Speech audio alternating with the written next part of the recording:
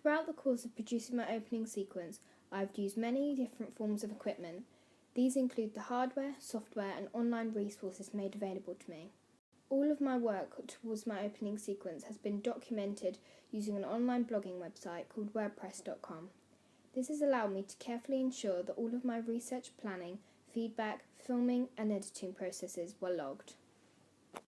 WordPress allowed for a high level of organisation, as I could date and categorise my posts in order to make navigation through my blog smoother when searching for entries.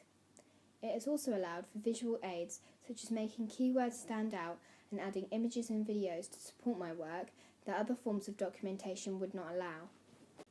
As I advanced into the pre-production stage, I used a flip cam provided to me by the school to take photographs of my storyboard.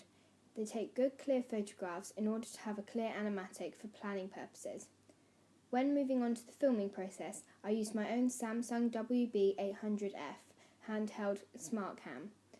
The biggest feature which helped me during the process is the size of the camera. As I was not using a tripod and I was using handheld footage, the small size allowed me to carry it with ease, keeping control of the free camera at all times.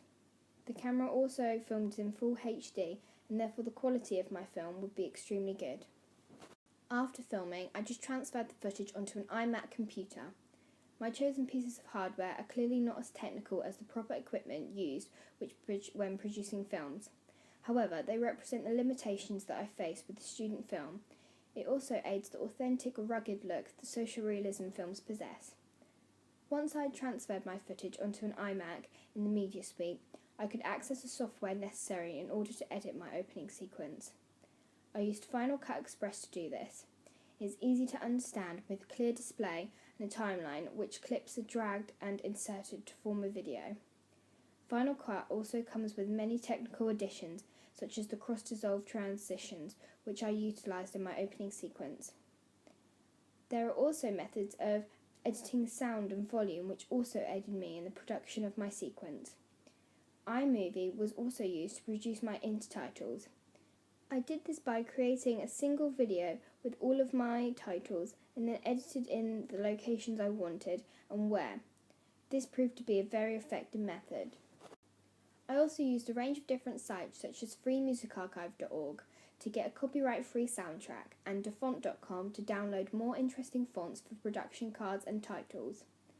I also used a site called ScriptBuddy where I could construct a screenplay script for my opening sequence with the correct format and fonts.